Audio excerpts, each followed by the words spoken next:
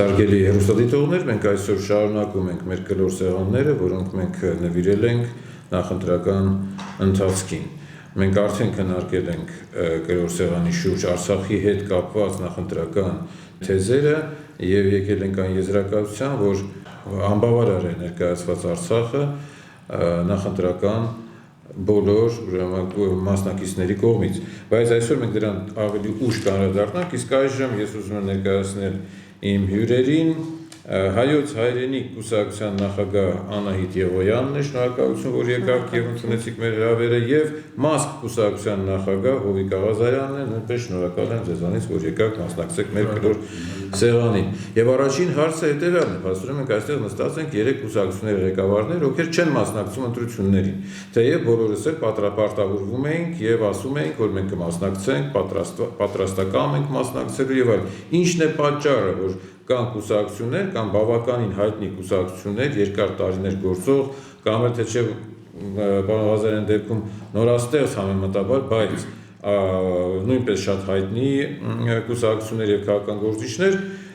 թեև պարոն Ղազարյանը 1990 թվականից է քաղաքական դաշտում, մենք ձեզ այն ժամանակվանից ենք ճանաչում միմյանց, երբ որ դուք դաշնակցության կենկենի ներկայացուցիչներ եք։ Նախագահ, այն ժամանակ նախագահ էր կոչվում, ճիշտ է։ Ներկայացուցիչական նախագահ էր։ Հա,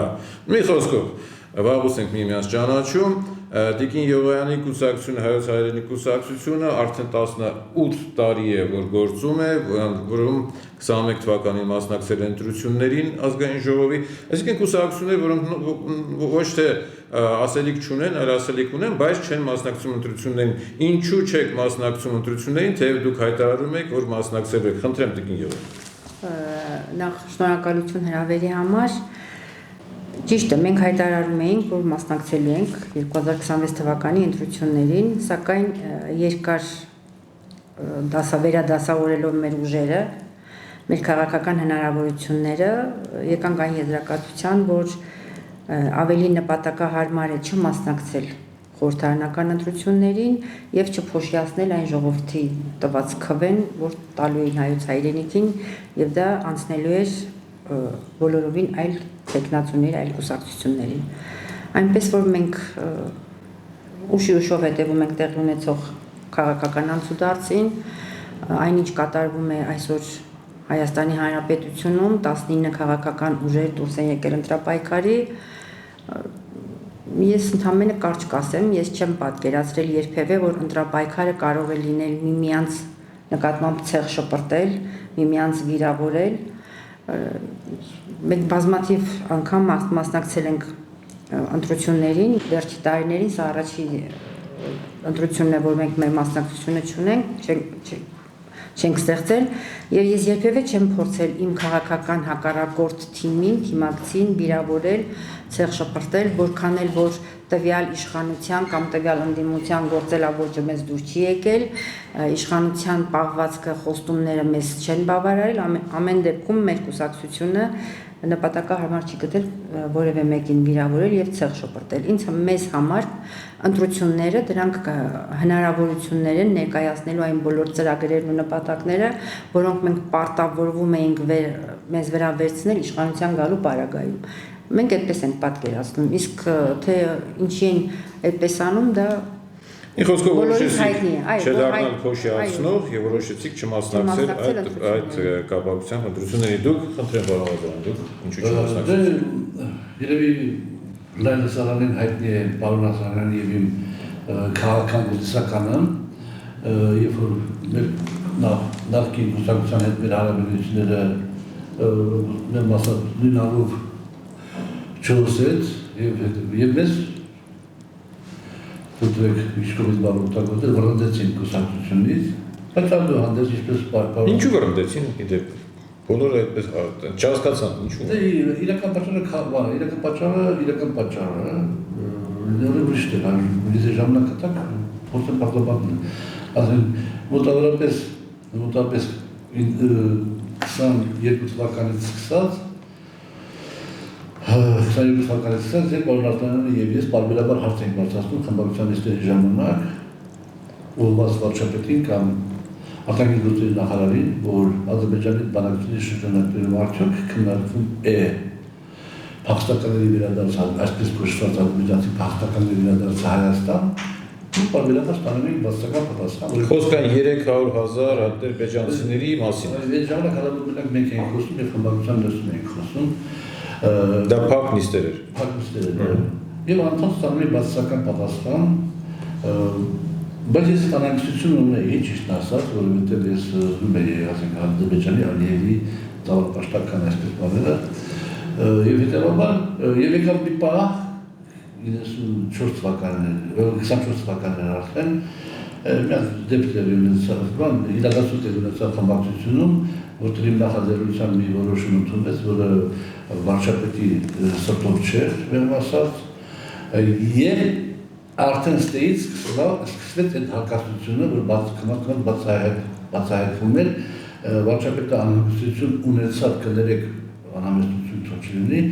անհանգստություն ունեցավ, որ ինչ-որ պահի կանոնապատայի այս կամ այն վճռական որոշում կայացնելու պահը գա,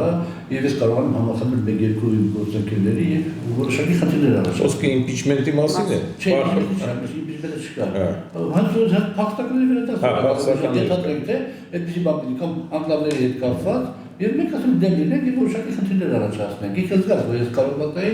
պարոնաստերներից մեկ-երկու հոգու համախմբենք եւ որոշակի դժվարություն առաջացնենք եւ զգացնել արդեն դա վերաբերմունքը։ Իսկ տերմինացիա ժողովրդավարական մթնոլորտ չէր ձեր խմբակցությունը։ Տոտալիտար, դիկտատուրա եւ ասում են դրան եւ մենք հանգրող հանգամանք էին եւ հայտնի դեպքը պարոն Քարեմյանի հետ կապված խորհրդարանը որ եղավ դրավ առիթ եւ ինքը ինձ SMS-ով դիմեց որպեսզի ես հրաժարվեմ մանդատից։ SMS-ով։ Այո, ես մերժեցի եւ այդ պատմությունը գնաց եւ դատական կոմպետենցներ եւ այլ։ Եվ չկատարեցի կուսակցության ղեկավարի հետ կոչված խնդրանքը, մասով ինձ վարդեցին, հետո պարոնացրել են անմիջապես հետո այդ հիմնավորները, որ բերեցին խմբակցությունից վարդելու համար, իմ նամակագրությունը անձնական բան, պարոնացրելը ծանոթացել էր եւ դեռ որևէ բան չկա, խնդրել էր որ մեծ հանձնախումբ ստեղծվի, որպեսզի ուսումնասիրեն այդ ամեն ինչը, դրանից չի նոր է որոշումը կայացնել, չէին արել եւ իրանք դուրս վարդեցին։ Եվ այդ ժամանակից սկսած, արդեն որ մենք հասկացել էինք, որ Նիկոլ Փաշինյանը արդեն 18 թվականից հետո արդեն բան չի մնացել իրանից, ինքը որպես մարդ, որպես ֆիզիկապես, քաղաքականապես, բարոյապես, ամեն իմաստով իրան սպառել է, եւ հետեւաբար վտանգավոր պիտի լինի իր վերարտադրությունը, եւ մենք նպատակ դրեցինք մեր առաջ, այդ կուսակցությունը հիմնադրեցինք, կուսակցության որոշում եղավ դա, որ ամեն ինչ անենք, որպեսզի թույլ չտանք մեր համեստ հնարավորություններով Նիկոլ Փաշինյանի վերարտադրությունը որպես Հայաստանի Հանրապետության վարչապետ հնարավոր մարտահրավերների առաջացումից խուսափելու համար։ Այդ ընթացքում եւ կուսակցությունը հիմնադրվեց եւ մենք այո պատասխանատու էինք մասնակցել ընտրություններին։ Ինչու չմասնակցեցիք։ Չմասնակցեցինք հետեւյալ պատճառով, որ չհաջողվեց մեզ որոշ ուժերի հետ համախմբության գալ եւ ուժերը համատեղել, նույն Տիկին Եղոյանի ասած հիմնավորումով դալիճ փուշացնելու նպատակով եւ մենք մենակ մնացինք, արդեն պետք է էլի ուզում ենք մասնակցեինք, բայց մեր համակերպների հանդիպման ժամանակ, զրույցների ժամանակ, քաղաքացիների զրույցների ժամանակ մենք զգացինք, որ շատ դժվար կլինի 4% հաղթահարելը եւ պատկերացնեք մի իրավիճակ, մենք հավաքեինք 3.9% ձայն, չանցնենք խորհրդարան եւ այդ 3.9% ձայնից 2 քանիսը գնար Փաշինյանին եւ փաստորեն այն ինչ որ մենք որտեղ ենք որ ցույց տանք մեր համեստ հնարավորությունը որպեսզի վերարտադրվի, հանկարծ այդ 2% վճռորոշումը եւ դառնա վարչապետ, այդ ժամանակ մենք ինքներս մեզ խարակի պիտի անենք, գտանք որ ավելի լավ չմասնակցենք, ինչքան կարող օգտակար կլինենք դիմադրել դաշտում։ Շատ լավ, այսինքն չփոշիացնելու նպատակով դուք ուրեմն որոշեցիք այդպիսի ուրեմն ես կասեի շատ կարևոր քաղաքացիական դիրքորոշում է ձեր կողմից, բայց չէ որ մենք տեսնում ենք այդ 19-ից մի մասը կամ մեծ մասը հենց փոշիացնողներն են։ Նախ ըստ ձեզ ով է անցնելու խորհրդարան եւ ըստ ասում է որ մնացածը փոշիացնողներն են եւ ինչու են նրանք գնացել փոշիացնելու ճանապարհով։ Խնդրեմ Տիկին Եղոյան, ձեր կարծիքը։ Գիտեք այդ 19 կուսակցություններից խորհրդարան ըստիս դա իմ անձնական կարծիքն է, խորհրդարան են անցնելու 4 կուսակցություններ, 3 կամ 4։ Քաղաքացիական պայմանագիր, Սամվել Կարապետյանի կուսակցությունը, Ռոբերտ Քոչարյանի եւ Ծառուկյան Գագիկ կուսակցությունը այստեղ նաև հնարավորություն կա կարող են նաև հաղթահարել անցողիկ շեմը նաև դեմոկրատիա օրենք կուսակցությունը, որովհետև բավականին լուրջ ընտրազանգված ունեն իրենք։ Կεντրիկ դուրս կասեք, որոնք Սամվել Կարապետյանի Ուժեղ Հայաստան, Բարգավաճ Հայաստան կուսակցությունը, Ռոբերտ Քոչարյանի եւ կարծում եմ դեմոկրատիա օրենք կարգապահություն կուսակցությունը, եթե արդեն իսկ սկսված ընտրախախտումներն ավելի մեծ ծավալների չհասնեն։ Իսկ այն փոշիասողները, այն մնացած կուսակցությունները նպատակը դրանց ո՞րն է։ Այսինքն մի մաս ասում են ծախված են, մի մաս ասում են չեն գիտակցում իրական իրենց կշիռը։ Շատ լավ գիտակցում են, քաղաքական գործիչը, քաղաքական կուսակցությունը մտնելով ընտրապայքարի մեջ հնարավոր չի, որ չգիտակցի ինչի համար է մտնում ընտրապայքարի եւ ուր է գնում։ Այդ 15 կուսակցություններից մեծ մասը ունեն դեպի վառ երազանքներ դեպի Եվրոպա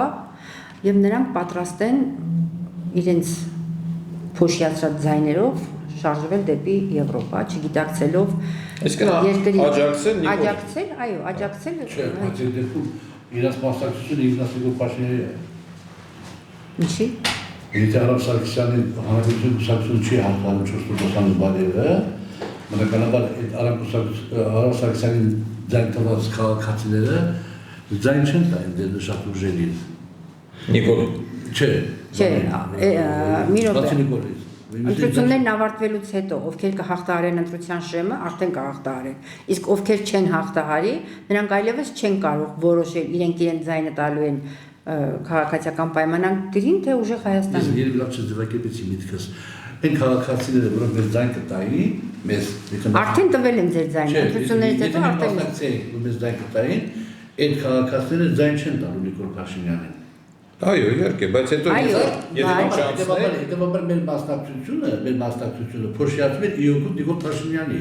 Արամ Սարգսյանի մասնակցությունը փոշիացում է իօգուտ ընդդիմության։ Չէ։ Այսինքն դուք համարում եք, որ քանի որ իրանք գաղափարապես մոտ կուսակցություններ են, էլեկտորատը մի փոքր կրծում են։ Հասկանալի, ձեր կարծիքը Տիկին Եղոյանը ասեց, որ 5 կուսակցություններ ունեն շանսեր 19-ից 5-ը։ Նա դուք կարող եք ասել Տիկին Եղոյանը։ Հա, իհարկե։ Այդ դասավորությունը որ տվեցիք, կարող եք ասել քաղաքացիական պայմանագիրը մոտավորապես ինչքան ձայն։ Չեմ կարող ասել։ Մոտավորապես չեմ կարող ասել։ Ըստ իմ շփումների չեմ կարող ասել, որովհետև այս պահին դեռ հստակություն ոչինչ չկա, մարդ կա, հավանականություն կա, որ Սամվել Կարապետյանը, Ռոբերտ Քոչարյանը, Բարգավաճ Հայաստանը եւ դրանց դոկը մեծամասնություն կազմեն։ Կա հավանական։ Կարա լինի։ Կա։ Կարա լինի։ Կարա չի լինի։ Իհարկե կարա լինի։ Դուք եք այդ կարծիքի, որ կարող է։ Ես հա։ Նայեք, ձեր հարցն է Նիկոլ Փաշինյանը այդ գնահատականը ունի։ Բարձր գնահատականի մասին։ Այդ գնահատականը ունի, որ այդ ուժերը կարող է հանկարծ իրան հաղթեն, թե չէ։ Իրանց գումարային ուժով։ Եթե իրենց տեսանկյունով են նայում, իհարկե ոչ։ Նիկոլ Փաշինյանը գնահատականը չունի։ Որ նրանք կարծեն, այո, հաղթելու է։ Այո, եւ իր թիմակից այդ չեմ ուզում այդ բառը օգտագործեմ, բայց այն մարդիկ ովքեր հավակնում են, պաշտում են իրան, նրանք էլ գիտեն, որ Պարոն Ղազարյան, դուք Նիկոլ Փաշինյանին ավելի լավ գիտեք, գուցե ձեր կարծիքը ասեք, ինքը ունի դա այդպիսի մտավախություն, որ այդ դեպքի Երևանը շատ զգուշ է խոսում։ Դե հիմա ով ինչպես խոսում։ Խնդրեմ ձեր կարծիքը։ Այսինքն, այդ դուք գիտեք, որ կարող է պատահի այդ ուժերը հաղթեն, ես գիտեմ, որ կարող է պատահի այդ ուժերը հաղթեն իմ համեստ անձով, Նիկոլ Փաշինյանը, որ չգիտեմ, ամեն ինչ դիապետոտակա չգիտի, որ հնարավոր է որ այդ ուժերը հաղթեն։ Իսկ ով ասաց, որ չգիտի, ես ասի չգիտի։ Ես Նիկոլ Փաշինյանի մասին չեմ խոսում, ընտրողի մասին եմ ասում։ Ընտրողի մասին եմ ասում։ Նիկոլ Փաշինյանի մասին եմ հարցնում։ Գուցե եւ գիտի։ Եվ ինչ։ Չեմ կարող։ Եվ այն, որ Նիկոլ Փաշինյանը թույլ չի տալու Սամվել Կարապետյան հաստի ֆինիշի հետևաբար։ Այսինքն դուք կարծում եք, որ նա մոլդովական այսպես ասած սցենարով, որ շատ է խոսվում, կհանի իրան դիստանցիայից։ Շատ լավ։ Այդ դեպքում պարոն Բաբխանյան, այսպես նաև մի տարբերակ կա։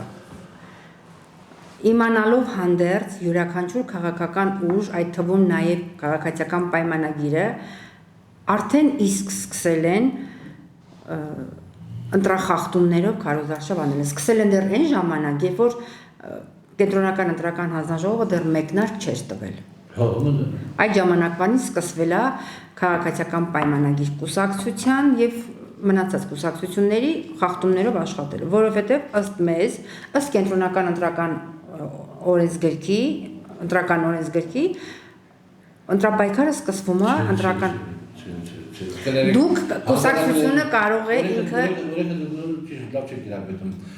Քարոզարշավ դու կարաս անես հունիսի 8-ից սկսած հաջորդ ցուցությունների համար դու կարող ես քարոզարշավ անել հունիսի 8-ից սկսած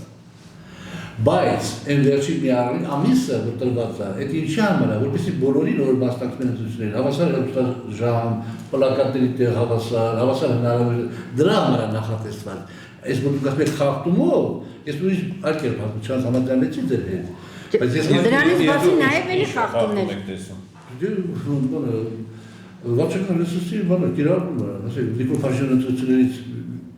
հələ քարոզարշավ չսկսած ինքը արդեն այցելում է շրջաններ, մարզեր եւ այլ եւ ըստ էության ուրիշ պատրվակով, բայց ըստ էության քարոզարշավ է անում մեկ Երևի դուք էլ դա նկատում եք, որ Նիկոլ պատատում է։ Այո, ես էլ նկատում եմ։ Բայց այնպես ուժերը չեն խախտել։ Այնպես ուժերը խախտումներ չունեն, որ դուք ապեք բոլորը։ Ես դրա համար եմ ասում։ Անդիմադիր ուժերը չեն խախտել։ Անդիմադիր ուժերը կարան անմիջապես ընտրություններից հետո սկսեն քարոզարշավ հաջորդ ընտրությունների համար։ Ամենից խախտում։ Դա քարոզարշավ թոշակների բարձրացումն է, երբ որ աշնանը փող չկար, իսկ Եվ ասես ընդհանրապես այդ 10,000 ինչ է կանոն։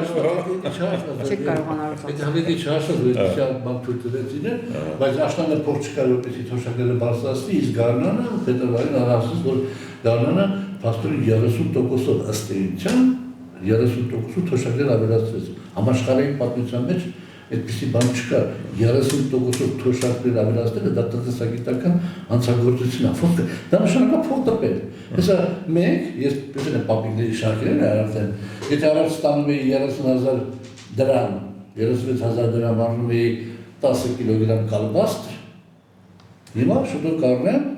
9 կիլոգրամ կալվածք հանգստել թոշակները ավելացնելու արդյունքում այսինքն դա ինչ իմաստով Ինֆլյացիան ամեն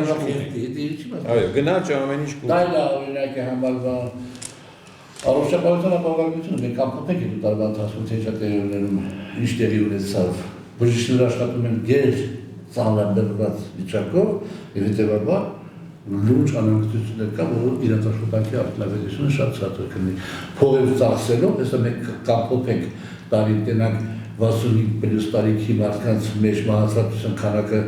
այս տարի ինչքան եղավ անցած տարի ինչքան է Հետո ուսումնասիրենք։ Դա էլ դրանք են բան, որտեղ հաստատված բան։ Այլանք հա, իսկ դեռ ասում ենք որ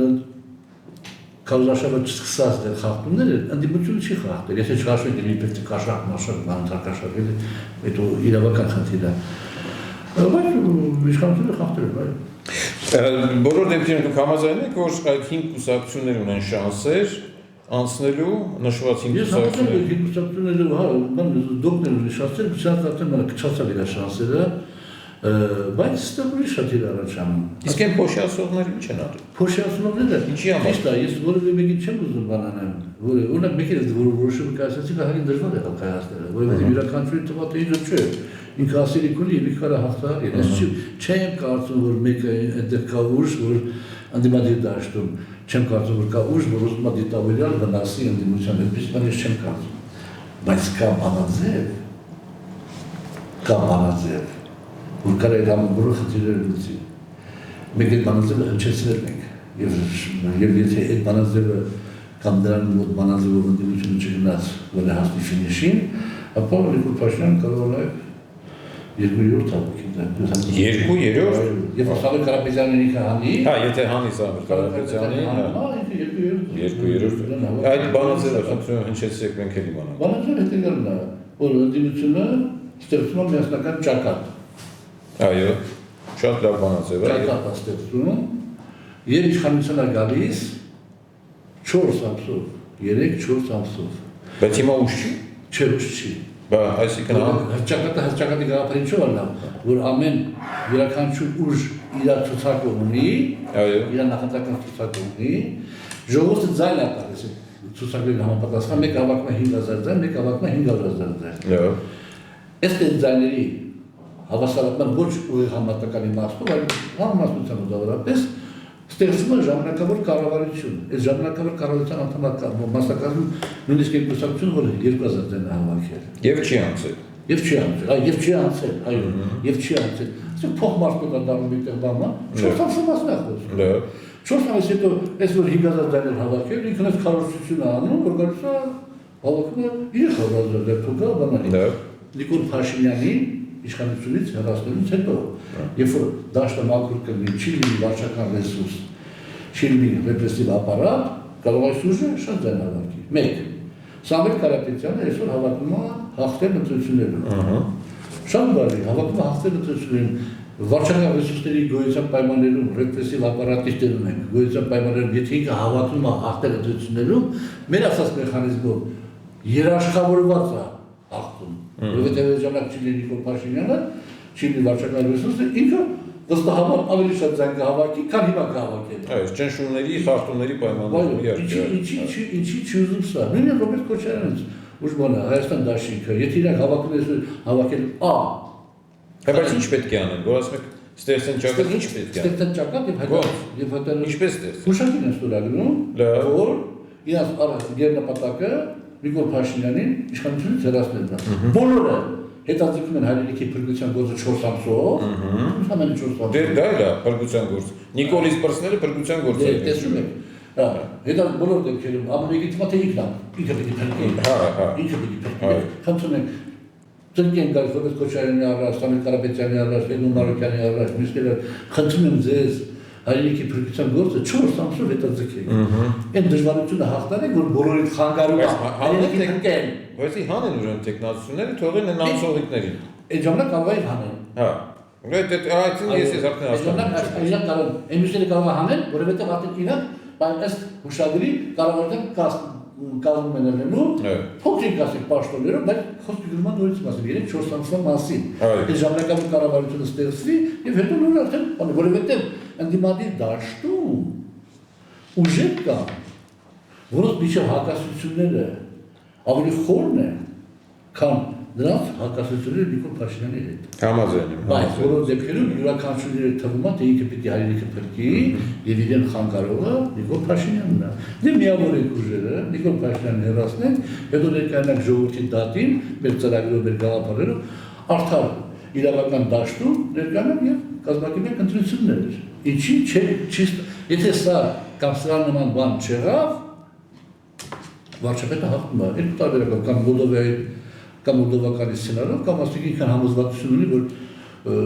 բանի պետք չէ ոչ մեկը, ինքը ուղղակի հաղթել է եւ։ Հասկանալ է։ Որովհետեւ այն քաղաքացին, որ նստած մեկ գիտենք հսկայական զանգված քաղաքացիներ կան, որոնք անտարբեր են։ Բայց երբ որ լսեն, որ ընդդիմությունը համախմբվում է մեր շաղախի մեջ, որ այդ խնդիրը լուծի, իրանք ասեն, այդ մի ձայնտակ նրանք ինչ են ասում ստակեսա։ Դե բոլոր դեպքերում իմ կարծիքով մեր քաղաքացիներին պետք է դիմել ու ասել, որ ժողովուրդ ջան, եկեք մասնակցեք ընտրությունների։ Մասնակցությունը դու դեպուտատ դառնաս, ասма քաղաքացի։ Դե այդպես եթե մեկս մյուսին այդքան նախացենք գործ առաջի գաղափարս որ գաղափարի շուրջ։ Ես համաձայն եմ ձեր գաղափարից, մենք էլ ենք դրա կողմնակից։ Թույլ տվեք մի բան ասեմ, ինչու՞մն է մեր դժբախտությունը, որովհետև երբեք մեր եսը մենք չի դառնում։ Երբ որ քաղաքական դաշտում դառնա մենք, այն ժամանակ մենք կունենանք արդյունք։ Բայց ինչի՞ Նիկոլ Փաշինյանը հավաքում է 50% պլյուզացի։ Ես Նիկոլ Փաշինյանին թողնում եմ մի կողմ, ես չեմ անձամբ։ Ես միգուցե սխալը մենք ենք, միգուցե Ադրբեջանի փախստականների պիտի կան Հայաստանում ապրեն, մենք չենք հասկանում այդ կամպանիան։ Ես չգիտեմ դու ինչ տեսակ։ Պարոն Աղազարյան, դա այդ փախստականների վերադարձի հարցը դա մեկ այլ խնդիր է։ Կոնկրետ հիմա խոսքը վերաբերվում էր մեր ընդդիմադիր դաշտի համախմբմանը։ Այդ 19 կուսակցությունները, որոնք պիտի համախմբվեն, դա տեղի չի ունենա այդ համախմբումը, որովհետև եսը երբեք մենք չի դառնում։ Այդ դրա համար էլ այ հենց դրա վրա է հիմնվում իշխանությունը, որ եսը մենք չի դառնում։ Դրա համար ինքը գիտի, որ ինքը հաղթելու է։ Ցանկացած իշխանության դեպքում էլ տենց է։ Էլեկտորալ դաշտը բաժանում է երկու մասի։ Ձեր ասած կուսակցությունների մի մասը ձեր ասած կուսակցությունների վրա է հիմնականում համարյա հավասարաբար, մի մասը Նիկոլ Փաշինյանը։ Այստեղ չի համախմբվում, Նիկոլ Փաշինյանը չի համախմբվում, կարող ճիշտ իրական մեկ է սխալ։ Այ այս ընդդիմադիր դաշտի չհամախմբվելը հնարավորություն է տալի այս մյուս դաշտի արդյունք հավաքելու։ Համաձայն եմ ձեզ հետ, անցնենք մի հարցի, որը որ մենք մի փոքր շոշափեցինք, դա խախտումներն են։ Բոլոր դեպքերում մենք տեսնում ենք, որ խախտումները շատ արդեն չափ անցնում են եւ ճնշումներ եւ ուրեմն ադմինիստրատիվ ռեսուրս իշխանության կողմից շատ ուժեղ ուրեմն կիրառվող եւ այլ եւ այլ։ Ինչ եք կարծում, այդ խախտումները գուցե նրանից է, որ այո, Նիկոլ Փաշինյանը տեսնում է, որ ինքը պարտվում է եւ ստիպված ուրեմն գտնվում է այդպիսի ջղագրգիռ վիճակում եւ գնում է այսպես ասած խախտումների, քանի որ եվրոպական իր հովանավորները փաստորեն նրան աջակցել են եւ քարբրանշ են տվել, որպեսզի նա կատարի ինչ ուզի, միայն թե մնա պաշտոնի։ Տիկին Եվան, ձեր կարծիքը։ Գիտեք, ես ընտրություններին մշտական մասնակցություն ունեցող անձ եւ կուսակցություն բազմաթիվ անգամ արձանագրել ենք, որ գործող իշխանությունների, ընտրախախտումներին դրական պատասխան են ստանում, երբ որ ստանում են Եվրոպայից կամ որևէ այլ պետությունից հովանավորություն։ Այսինքն, այո, այսօր գործող իշխանությունները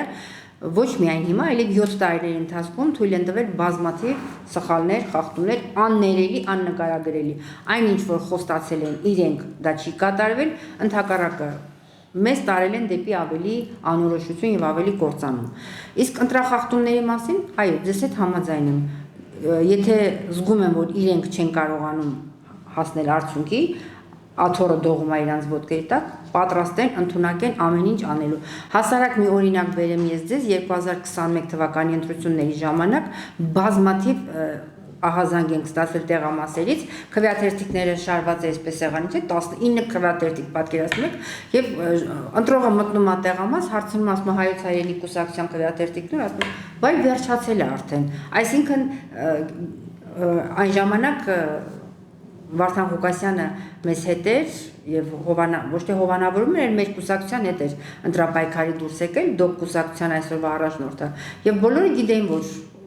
ինչ տեղի կունենա, եթե հանկարծ դոգը անցնի կամ ու չէին դնում այդ քվեաթերթիկները։ Դա նաև կիրառելու են հիմա։ Հիմա այնտեղից վերցնում էին քվեաթերթիկների այդ տոպրակը, տանում էին դուրս, նորից քպեի քվեաթերթիկները հաշված բերում դնում էին սեղանին։ Անելու են, ավելի վատ բաներ են անելու, որովհետև կա բախի մթնոլորտ, որ իրենք կարող է եւ չանցնեն։ Իսկ դուք ինչ կարծիք եք այդ խախտումները, որ արդեն թափ են առնում։ Ես ճիշտ ասած դժվարանում եմ պատկերացնել, որ դեպի այդ տիպի ինչպեսի ներկայացնող Երևանը կոպիտ խախտումներ անեն, որովհետև ասեմ 21-րդ դարի համարյա թե կեսերն են մտնում, այդ խախտումների բանը կամերագործվել է, ուրիշ ձևերով վերահսկողություն, ձայների հաշվարկ, աշկերով հսկողություն, բաներին, քվեարկողներին եւ այլ եւ այլ։ Այդպիսի բաներ չեմ կարծում որ լինի եւ հիմնականում խախտումները լինում է հիմա եղնում եւ արդեն եղել է, ինչ-որ եղել է եւ այդ օրը չեմ պատկերացնում։ Իսկ այս վիրավորանքները դա խախտում չէ։ Նիկոլը վիրավորում է իր մրցակիցներին, նրանք էլ ոնց որ թե շատ բան է, մեկ-մեկ իրար են վիրավորում, դա ինչպես է գնահատեք։ Դե ամեն ինչի նախաձեռնումը Նիկոլ Փաշինյանն է եւ ինքը փաստորեն 18 թվականից արդեն ոչինչ չթողեց, որովհետեւ հիմա այսօր ինչ է նշանակում։ Այսօր ինքը ուտագործող վարչական ռեսուրսը պետք է ուտագործել երևի թե, բայց ինքը մի կողմից հրահանգում է, որ հրապարակը մարդ բերեն լսնեն, մարզպետներին, համակի ղեկավարներին եւ հայտարարում է, ես իմանամ ինչ-որ բան արել, վարչական խաբարել, կիրառել եւ այլ, աշխատանքից կհրամայել կհանգի աշխատանքից ազատեն, մյուս կողմից ասում պիտի բերեն լսնեն։ Հա, հիմա լոկալ նպատակների հասնում է իբրև չեմ կարծում որ հասնում է, բայց իբրև հասնում է աշակերտներին, ուսուցիչներին բերելով եւ այլ։ Այդ բանը հայոհախարը խոսակցությունը, վիրավորական խոսակցությունները, ասենք որ օրինակ սպառնալիքներով խոսակցությունները։ Ասում որ Սամվել Կարապետյանը տոտալ երկրը լրտես է։ Նույն կերպ հայտարարեց ամբողջ աշխարհում մեկ, որ ես պետական անվտանգություն պարունակող ինֆորմացիա եմ արտահոսքարել եւ դատախազությունը իր խոսքերի հիման վրա վիշոսեց, որ հակակոռուպցիոն կոմիտեն վարույթ ընդունել տարեկեսացել է չեն կաշի հարցակրնության ինձ։ Բայց ոնե ասել են, որ ուղղությամբ եք այդ որովհետև ստեղ այդքան դրա հետևանքները չեն կարևոր։ Ինչքան կարճաժամկետ էֆեկտները։ Ինչ խոսեց Սամոյի 5 միլիարդ դոլար փող ունի, ասես բան է, օտարիկը լարտեսին ես ինչ եմ անելու, լումպենի մոտ էդի էֆեկտ է գործում, ծավալստացի, ինքը շատ լավ գիտի, որ էդ էֆեկտը գործում է, բայց նաև որեկի խախտում է, անկախ ամեն ինչից, մարդու մեղադրանք ես ներկայացնում, ասեն, դա վրշով ինչպես բանրանք ներկայացնում, որ դու իրավունքը չունես։ Դուք ինչ կարծիք Հետո, պարոն Բաբուխանյան, այստեղ ոչ թե վիրավորական խոսք է հնչում քարոզարշավի ընթացքում, այստեղ հնչում է սպառնալիք, որը դա կոպիտ խախտում է, օրենքի կոպիտ խախտում է, դու որևէ մեկին իրավունք չունես սպառնաս։ Ծառուկյան Գագիկին տղային կբռնեմ ընդեղից կբերեմ ես կանեմ։ Մի խոսքով, սա ես չեմ համարում վիրավորանք, սա ես համարում ավելի շատ սպառնալիք, անձի նկատմամբ ճնշում սպառնալիք։ Եվ նորից ասեց ես էլ ինձ մեզ համար ընտրապայքարը ոչ թե մեկը մյուսին վիրավորել, կարող ենք բոլորս էլ կարող ենք իրար վիրավորել։ Ամենահեշտ բանն է, չէ՞, այսօր մեկը մյուսին վիրավորել, առավել ևս այս գործող իշխանությունների օրոք։ Դե իրանց ոչն է այդպես։ Հա, բայց դե այտենց չպիտի լինի, էլի։ Մենք միշտ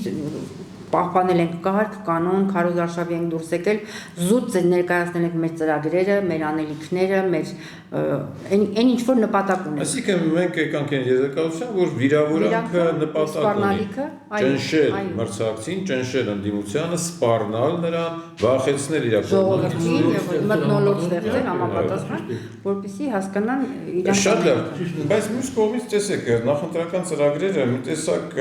լղոզված են, դուք չեք տեսնում դա։ Այո, եւ ընդդիմության կողմից, իշխանության կողմից նույնիսկ ավելի պարզ են, հա, ես կասեի դավաճանական եւ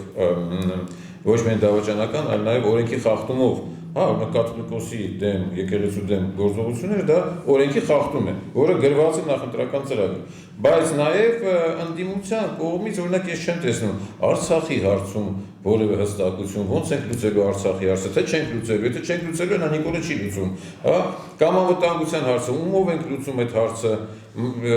որ ուժերի, որ դաշնակիցների, եւ այստեղ նաեւ գալիս է Եվրոպա, թե ուրեմն Ռուսաստան պետք է լինեն մեր հիմնական դաշնակիցները եւ այլն։ Այդ նախընտրական ծրագրերի մի տեսակ, ինչ ասեմ, բովիկությունը ասենք, թե ուրեմն ոչ լրջությունը ձեզ չի անհանգստացնում։ Գիտեք, ես կարծում եմ, որ նախընտրական ծրագրերը զուտ ասում են ասելու համար։ Որտեղ հստակություն, իհարկե չպետք է լինի, հստակություն չկա։ Եվ հետո եթե մարդը քաղաքական ուժը գնում է դեպի երկիր կառավարման գործընթացը վերցնելու իր ձեռքը, պետք է հստակ գիտակցի, տնտեսական աճը պիտի լինի, արդյունաբերությունը պիտի լինի, գյուղատնտեսությունը պիտի լինի, հստակ քայլեր, ոչ թե գրեն թղթի վրա արտահայտվեն, այլ լինեն հստակ գործողություններ։ Ինչ վերաբերվում է Արցախի հարցին, ես ուզում եմ հասկանամ բոլոր այն քաղաքական ուժերը, որոնք փորձում են քարոզարշավի ընթացքում բարձրացնել Արցախի հարցը։ Ո՞նց են լուծելու Արցախի հարցը։ Արցախի վերադարձը ո՞նց են տեսնում։ Այսինքն մենք չէ, պետք է հրաժարվենք։ Հա, այդ եմ ասում, չեն բարձրացնում։ Արցախի հարցը բազմաշերտ եւ դարավոր հարց է եղել ամբողջ ժամանակահատվածի համար։ Ես մի փոքր sense պատմական անդրադարձ անեմ, Արցախը մենք ունեցել ենք Արցախում մելիքություններ, որտեղ մեր թվարկությունից առաջ ապրել են հայեր, որտեղ զարգացրել են մշակույթը։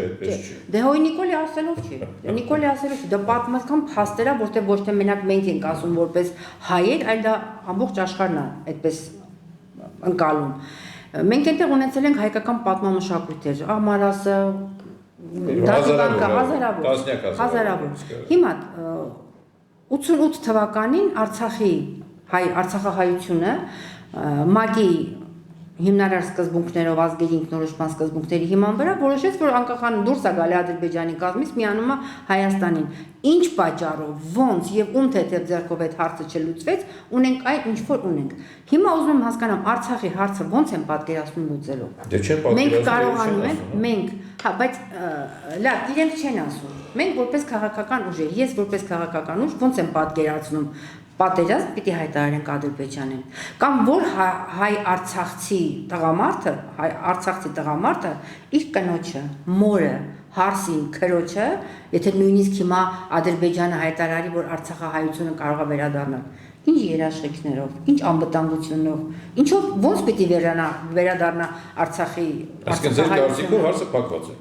Չէ, ես չեմ ասում հարցը փակված է, ուզում մենք ինքներս էլ ուզում ենք հասկանանք ոնց ենք լուծելու Արցախ։ Այնպես են Դե մենք էլ չենք մասնակցում ընտրությունների, բայց մասնակցողները պետք է։ Այդ հարցը նաև մենք չմասնակցող կուսակցություններին պետք է անհանգստացնի, որովհետև վաղը մյուս օր նույն հարցը առաջանալու է Սյունիքի հետ, Արարատի հետ։ Այսինքն անվտանգության, մեր անվտանգությունը ով է լուծելու։ Օրինակ Նիկոլի կարծիքով մեր անվտանգությունը պետք է լուծի Ադրբեջանը, որովհետև Ադրբեջանի հետ պետք է կնքենք խաղաղության պայմանագիր, ստորագրենք եւ այդ թուղթը, որը որ մենք ստորագրենք, կդառնա մեր անվտանգության երաշխիքը։ Հիմա ձեր կարծիքով այդ նախընտրական ծրագրերում ոչ անվտանգության մասին է հստակ խոսվում, ոչ ընդդիմության կողմից։ Նիկոլը գիտեք ինչ, Նիկոլը բավականին հստակ է, ես ձեզ ասեմ։ Նիկոլը ասում է, ես տեսնում եմ այսպես, գնում ենք Ալիևի հետ ստորագրում ենք այդ թուղթը, 5 տարի է խոսում, բայց Ալիևը չի ստորագրում։ Ալիևը ասեց, եթե ստորագրեմ, կարող է կես ժամ հետո փոշմանը, տրամադրությունս փոխվի եւ չեղարկել։ Բայց գոնե Նիկոլը ասում է, որ այսպես։ Ընդդիմությունը ոնց է ասում, ես լավ չեմ հասկանում, ոնց ենք լուծում մեր անվտանգության հարցը, գուցե ես ուշադիր չէի, խնդրեմ ձեր կարծիքը։ Չէ, ընդդիմությունը բավականին ինչքան ուղղից հետևել եմ, բավականին հստակ ասում, մի քիչ վախորած են խոսում իհարկե Ռուսաստանի մասին, որովհետև Նիկոլ Փաշինյանին հաջողվեց այս տարիների ընթացքում հակառուսական տրամադրությունը բարձրացնել բավականին բարձր մակարդակի Հայաստանում, եւ ասենք մեր որոշակի շերտ կա, որ Ռուսաստանին է մեղադրում Արցախի կորուստի պարագայում, հետևաբար ընդդիմադիր դաշտը ասում են, բանը պիտի մի քանի երաշխավորներ լինեն, Ռուսաստան, օրինակ, Իրան, Ամերիկա, այսինքն այդ խնդիրները բանը բարձրացնում են, այդ խնդիրը նախ բայց ես անդրադառնում Արցախի հարցը, գրեթե համաձայն եմ Տիկին Յովայանի գնահատականների հետ ու ուրիշ ձևով պետք է նայենք մենք։ Ախր Արցախի հարցը հույսով չի բարձրացված եղել, Արցախի հարցը բարձրացած եղել Դարերով։ Անցած տարի հիմնականում դարերով իհարկե անցած տարի սկզբին նոր բան է, այսպես կոչված մի սուարուն ստացել։ Այդ ժամանակ, երբ որ Թուրքիան ճանաչեց Հայաստանի Հանրապետությունը, առաջին չէ Թուրքիան ճանաչեց։ Որ հայերից ցեղասպանելը ճանաչեց Հայաստանի Հանրապետության անկախությունը, ինչպիսի որոշ մեծահոգություն։ Մեր երիտասարդները բերել են տեսեք Թուրքիան դաժե ճանաչել է մեր անկախությունը, բայց Թուրքիան մեր անկախությունը ճանաչել է այն հատվածի վրա, որ Ռուսաստանի ազդեցության տակ է եղել։ Ճանաչել է, որ հետո կուրտ է։ Անջատել Ռուսաստանից, հետո կուրտ է։ Հիմա այդ կուրտ անում մի էտապ արդեն արեց։ Այս քանի տարվա ընթացքում, 100 տարվա ընթացքում մի էտապ արեց Արցախ։ Նախ չնայած ինքնաբերաբար եղավ, Արցախը կուրտ տվեցին, հիմա հաջորդ պատանը Հայաստանը, որ պիտի ուզում են քաղաքակիրթ ձևով անեն։ Մաս-մաս։ Թուրը կողեն կանոց փորը, Մաս-մաս, իհարկե։ Նախ սիքսին գրկեն, խեղտեն, այդ գրկախառությունը մեզ դուր չգա, որտեղ խեղտում են, թունենք եթանք Լոս Անջելես, թունենք եթանք Մոսկվա, այդ տակտիկայով են անում։ Հետևաբար մենք պետք է թունենք հետևյալը, որ պատմություն պիտի նայենք 130 տարվա կտրվածքով, որ 130 տարվա կտրվածքով մեր պատմական հայրենիքի պատմական մի փոքրիկ հատվածի վրա ստեղծել ենք պետություն, պետք է ես Հայաստան։ Կորուստներ ունեցել ենք, մի կորուստներ Արցախն է, որի համար մեղավոր ենք բոլորս պատասխանատու ենք, բոլորս մեկի բաժին է, մեկս մի քիչ շատ, մեկս մի քիչ քիչ։ Եվ հիմա պետք է մենք այս մեր հայրենիքը սիրենք փայփայ պաշտպանենք։ Արդյոք այս քաղաքականությունը, իշխանությունների քաղաքականությունը տանում է դեպի դրանից գտնումը չի տանում։ Հիմա Արցախի հարցի բովանդակությունը, որ ընդդիմադիր ուժերը իրենց ծրագրերում չունեն, ես գտնում եմ, որ ընդդիմադիր ուժերը ճիշտ մարտավարություն ունեն, որովհետև իրենք հավակնում են դառնալ իշխանություն։ Իսկ իշխանությունը չպիտի այդ հարցը դարձնի օրակարգային։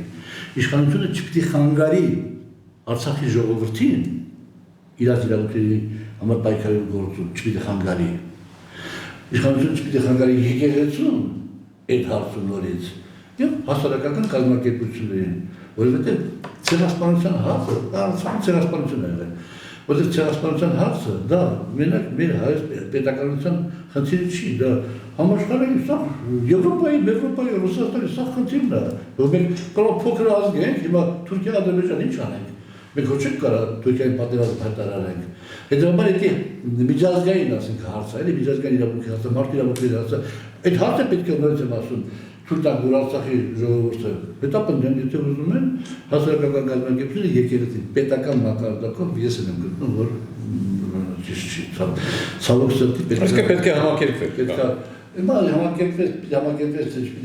դա ուրիշ հարց է, ինձ հարցն է պարոն Աղազարյան, որ պատգամավոր ընտրեք պայքարել Արցախի դեպքում շարժերադարձի բանից կապված, ասում չէ, ինձ քիչ տարի ամնացել ապրելու, ես այդ տարիները կնվիրեմ մեր պետականության Ես մեր պետականության անվտանգության հարցը նույնպես այսօր շատ պետական անվտանգության հարցը կապել Եվրոպայի հետ, դա մանկամտություն է, որովհետև ուսը դստորացնել են դպրոցում, ես լավ սովորել մեկն եմ եղել, Եվրոպան սկսում է վերաբար Թուրքիայով։ Ուզում ես չես Թուրքիայով սկսում Եվրոպան։ Հետևաբար մենք գիտենք մենք Թուրքիայի ձեռքը, ասեն պիտի մտածենք, որովհետև ես եթե էլի նորից իմ գիտելիքները չի դավաճանում, Մասիսը հավերժ տեղ է, չէ՞, հիմա էլ այնտեղ։ Արաքսը չի տեղաշարժվել, երևի միլիոն տարվա ընթացքում, կարող արագ տեղաշարժվել է, ես չգիտեմ։ Արաքսը հոսում է իրողությամբ, արևելույթ դերս դուսակայից դուտեղում այլ է մտնում։ Ինչ է փոխվել, ոչինչ չի փոխվել, և չի փոխվել Թուրքիայի շահը, Թուրքիայի շահն էլ է մնացել նույնը,